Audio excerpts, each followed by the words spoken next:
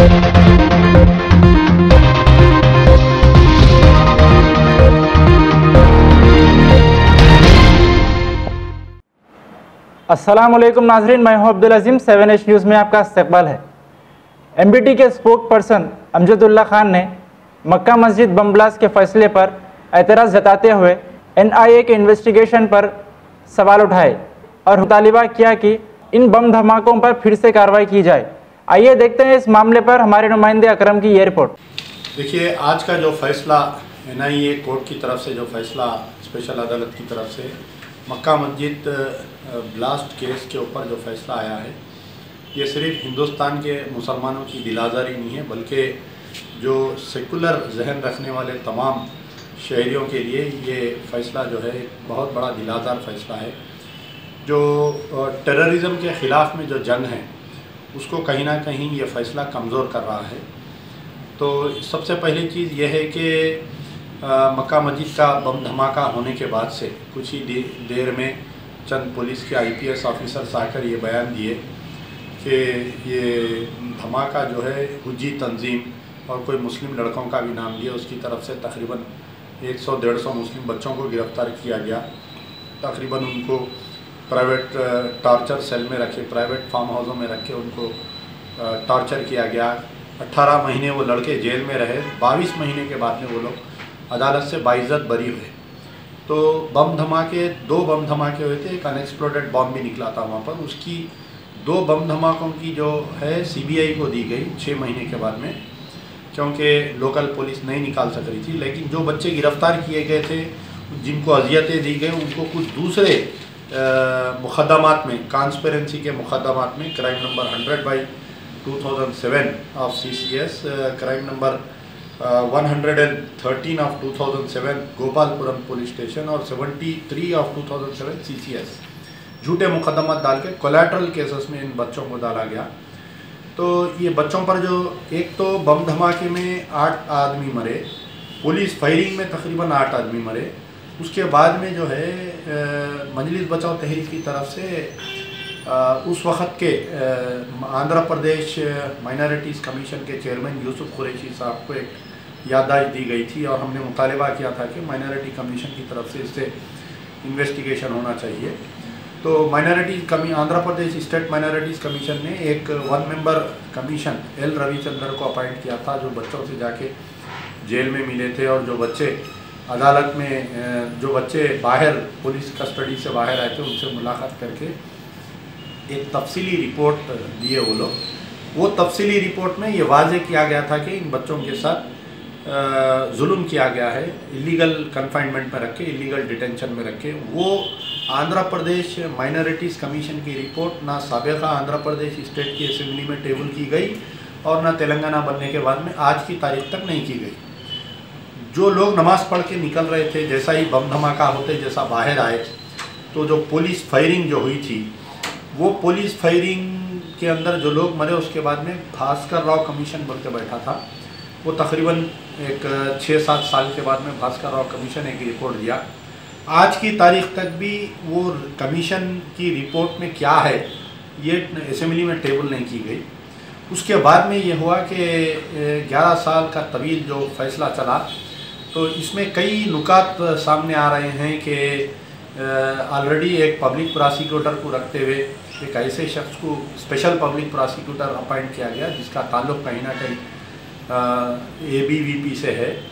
तो ऐसे आदमी को NIA अपना वकील बनाई और तकरीबन 170 विटनेसेस में से 100 से ऊपर विटनेसेस जो है हॉस्टाइल हो गए। तो ये जो बयान है कि स्वामी असीमानंद ने जो बयान दिया था कि इक़बाली बयान था, ये 30 हज़ारी कोर्ट के अदालत के सामने एक बयान दिया था कि न सिर्फ मक्का मस्जिद बल्कि अजमेर, मालेगांव 1, मालेगांव 2, समझौता एक्सप्रेस, तमाम ये जो बम ब्लास्ट हैं इसका अभिनव भारत से ताल्लुक़ है और तकरीबन एक 24 आदमी के नाम, जिसमें कर्नल प्रोही, साध्वी प्रज्ञा सिंह ठाकुर और आपके RSS के बड़े बड़े लीडरों के नाम दिए गए थे उसमें। तो इसमें ऐसा हुआ कि ये 11 साल के अरसे में पुलिस ने कभी भी मक्का मस्जिद ब्लास्ट कॉन्स्पिरेसी केस में साध्वी प्रज्ञा सिंह ठाकुर को अक्यूज नहीं बनाई। और जो एनआईए की जो इन्वेस्टिगेशन है, एनआईए में जो ऑफिसर्स काम करते हैं, आम पुलिस डिपार्टमेंट से 3 गुना तनख्वाह ज़्यादा मिलती है उनको, और 11 साल तक टैक्स पेयर के मनी में उनको तनख्वाह दी गई, एयर कंडीशन ऑफिसर्स गाड़ियाँ दी गई। 11 साल इन्वेस्टिगेशन करे। 11 साल की इन्वेस्टिगेशन की अगर आप बात देखें तो पता चलेगा कि एनआईए ने जो 8 आदमी को मक्का मस्जिद में मुलजिम बनाया था, स्वामी असीमानंद, देवेंद्र गुप्ता, लोकेश शर्मा और भरत राजेंद्र चौधरी, तो ये 5 आदमी पे ही मुकदमा चला। 8 आदमी में से एक आदमी जो है सुनील जोशी, जिसका मर्डर हो गया।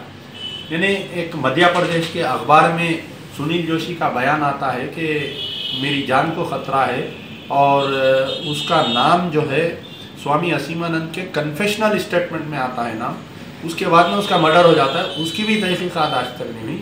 एनआईए जो दुनिया भर में नाम मानी हुई एजेंसी है, 2 आदमी जो संदीप पी दंगल और आपके रामचंद्रा कलसांगरे, ये 2 आदमी को एनआईए 11 साल में कभी भी गिरफ्तार नहीं कर सकी। आरएसएस के कैंप्स वो लोग अटेंड कर रहे हैं, आरएसएस के शाखाओं में आ रहे जा रहे हैं, लेकिन उनको अब्सकॉन्डिंग बता रही है। तो सिस्टमेटिक तौर पे ये इस केस को कमज़ोर कर दिया गया। और आज का जो फैसला है कि जज साहब ने ये कहा कि लैक ऑफ एविडेंस की वजह से हम इनको बाइज्जत बरी कर रहे हैं, तो सबसे बड़ा एविडेंस ये था कि खुद मुलजिम जाके जज के सामने 30,000 कोर्ट के इकबाली बयान दिया उसमें। तो आप ज़हीरा शेख का जो बेस्ट बेकरी का केस है, आपको देखे तो मालूम होगा कि बेस्ट बेकरी केस में जो है ज़हीरा शेख पहले एक बीजेपी के एमपी और एमएलए को अक्यूज़ बनाई थी, उसके अफराद ख़ानदान को जिंदा जलाकर जिसको मार दिया गया था। बाद में ज़हीरा शेख जो है जाके फिर मुंबई हाई कोर्ट में ये बोली कि मैं जो पहले बयान दी थी वो गलत थी, बीजेपी के लोग इसमें इन्वॉल्व नहीं हैं। तो कोर्ट ने ज़हीरा शेख को 5 साल की सज़ा सुनाई। तो कोई बयान अगर आप जज के सामने देते हैं, बाद में मुकर जाते हैं, तो उसके तहत कम से कम 5 साल की सज़ा स्वामी असीमानंद को होती थी। लेकिन अभी मुझे पता चला है कि वो जज साहब भी रिज़ाइन दे दिए फैसला देने के बाद में। आखिर क्या उनके ताल्लुकात थे कि किस वजह से ये रिज़ाइन दिए, बात 1-2-3 दिन में वाज़े होगी। लेकिन ये फ़ैसले से हम खुश नहीं हैं। हमारा मुतालबा है कि जब से नरेंद्र मोदी की जो हुकूमत आई है, ख़ास तौर पे ये टेरर रिलेटेड केसेस को धीरे धीरे करके एक में बेल दे दिया गया और एक में बाइज्जत बरी करते जा रहे हैं। तो हमारा मुतालबा है कि हुकूमत जो है, क्योंकि सीबीआई और एनआईए ये दोनों एजेंसीज की ऊपर से हिंदुस्तानी मुसलमानों का ख़ास तौर पे भरोसा उड़ गया है। हम चाहते हैं कि कोई नई एजेंसी जो सुप्रीम कोर्ट के चीफ जस्टिस के निगरानी में इन तमाम बम धमाकों की कार्रवाई होनी चाहिए। और ख़ास तौर पर कि टीआरएस की हुकूमत जो है पिछले 4 साल में कभी भी टीआरएस की हुकूमत को ये फ़िक्र नहीं थी कि ये जो एनआईए इन्वेस्टिगेशन कर रही है ये सही हो रहा है या नहीं हो रहा है। इस पे भी हम जो टीआरएस की लापरवाही थी, मक्का मस्जिद जो है न सिर्फ मुसलमानों के लिए एक मुक़द्दस मुकाम है, बल्कि सरज़मीन तेलंगाना की एक नाक है वो, और जहाँ से दुनिया भर से लोग आकर मक्का मस्जिद को विज़िट करते हैं, चार मीनार को विज़िट करते हैं। तो टीआरएस की गवर्नमेंट भी कहीं ना कहीं फेल हुई इस फैसले को, इस खातियों को कैफर किरदार तक पहुँचाने के लिए। हमारा मुतालबा है कि हुकूमत की तरफ से इस फैसले के ख़िलाफ़ में हाई कोर्ट में अपील करना चाहिए। तो एमबीटी के फर्दर प्लान क्या है, आगे क्या एक्शन? हम बोल रहे हैं कि एमबीटी की तरफ से हम प्रेशर बिल्टअप करेंगे कि खातियों को, क्योंकि शुरू दिन से एमबीटी एक ऐसी जमात है कि मक्का मस्जिद ब्लास्ट के जब से बच्चों के लिए लीगल हेल्प हम लोग दिए, जो बच्चे अंदर थे, फिर बाद में बाहर आने के बाद में भी उन बच्चों से मुसलसिल हमारा राबता रहा। फिर ये पूरे इन्वेस्टिगेशन, ये जो ट्रायल चल रहा था, उसमें भी हम बराबर एक वॉचडॉग की हैसियत से थे कि अगर हुकूमत, सेंट्रल गवर्नमेंट या स्टेट गवर्नमेंट ये कन्विक्शन, ये एक्विटल के अगेंस्ट में अगर नहीं जाएंगी तो इंशाल्लाह मजलिस बचाओ तहरीक खुद पार्टी बन के हाई कोर्ट में दरख्वास्त करेगी।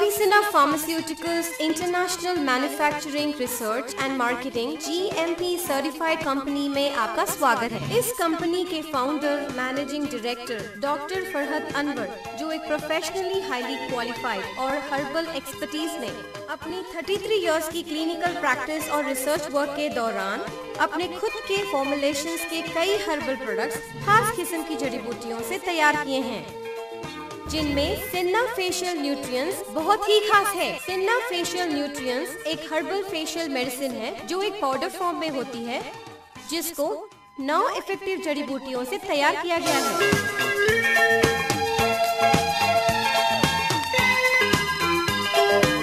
क्योंकि ये एंटी फंगल, एंटीसेप्टिक और डिटर्जेंट है, जिसकी वजह से आपके चेहरे के कील, pimples, wrinkles, black and white spots, dark धब्बे और एक्ने जैसे स्किन प्रॉब्लम्स को निकाल बाहर करेगा और साथ में आपके चेहरे पर निखार और कुदरती खूबसूरती को रोज बरोज बढ़ाएगा।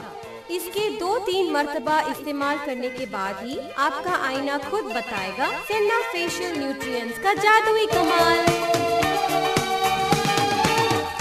जब किसी फंक्शन में सिन्ना फेशियल न्यूट्रिएंट्स को लगाकर जाएंगे तो आपकी खूबसूरती और चेहरे के निखारपन का राज लोग जरूर जानना चाहेंगे। सिन्ना फेशियल न्यूट्रिएंट्स को इस्तेमाल करने का तरीका ये है कि आप इस पाउडर को 2 से 3 टीस्पून फुल एक बाउल में लेकर सिन्ना रोज वाटर, जो कि एक प्योर रोज वाटर है, एक सूटेबल क्वांटिटी में मिलाकर पेस्ट बना लें और इसको तमाम चेहरे और गले पर लगाएं।